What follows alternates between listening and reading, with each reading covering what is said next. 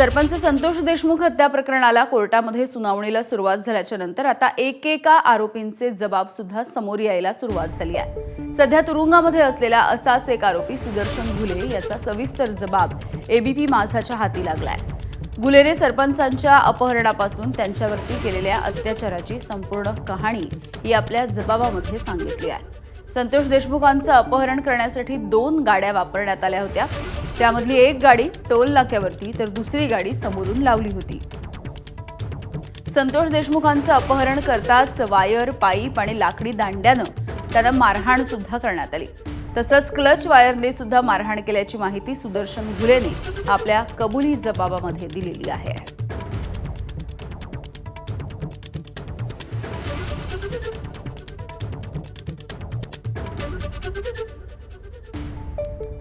तर सुनावणीला सुरुवात झाल्याच्या नंतर आता या सगळ्या आरोपींचे जबाब हळूहळू समोर येऊ लागलेले आहेत आणि सरपंच संतोष देशमुख यांना कशा पद्धतीने मारहाण करण्यात आली या सगळ्याचं कथन या जबाबामध्ये आरोपींनी केलेलं आहे। यापैकीच एक आरोपी सुदर्शन घुले याचा सविस्तर असा जबाब एबीपी माझाच्या हाती लागलेला आहे आणि त्याच्यामध्ये संतोष देशमुख यांची हत्या करत असताना त्यांना कशा पद्धतीने मारहाण करण्यात आली, कोणकोणती साधनं वापरण्यात आली या सगळ्याचा उल्लेख त्याने केला आहे।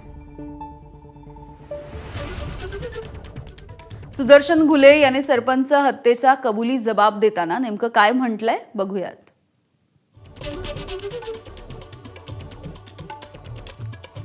9 तारखेला मी, कृष्णा आंधळे, प्रतीक घुले, सुधीर सांगळेने सरपंचाला उचलण्याचा प्लॅन केला।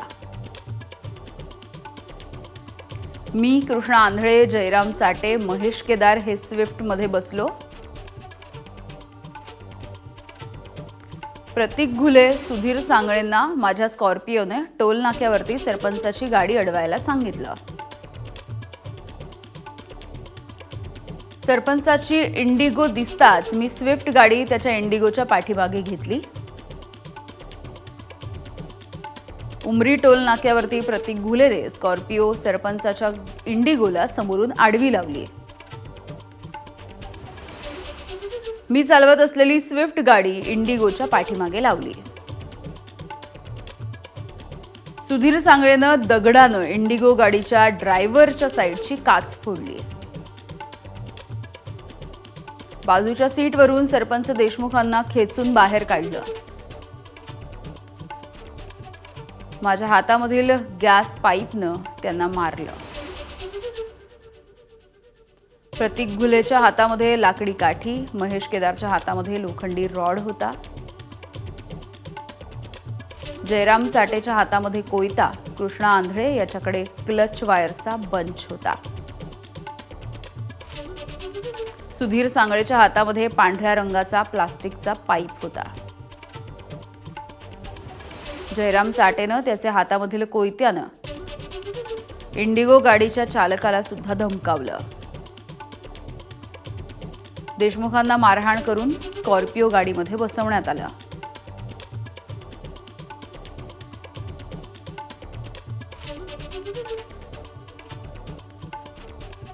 टाकळी चिंचोली शिवारामध्ये सरपंचांना खाली उतरवून त्यांचे कपडे काढण्यात आले। सोबतच्या हत्यारांनी सरपंचांना 2 तास आम्ही मारत होतो हा जबाब त्याने दिलाय। त्यावेळेला जयराम चाटेच्या मोबाईलवरून विष्णू चाटेशी सुदर्शन घुलेचं 2 ते 3 वेळा बोलणंही झालं। विष्णू चाटेनं सांगितलं त्याला असा मारा की दहशत कायम राहिली पाहिजे। प्रतीक घुलेने देशमुखांच्या तोंडात लघवी केली। प्रतीक घुलेनं छातीवरती पळत येऊन दोन्ही पायांनी उडी मारली।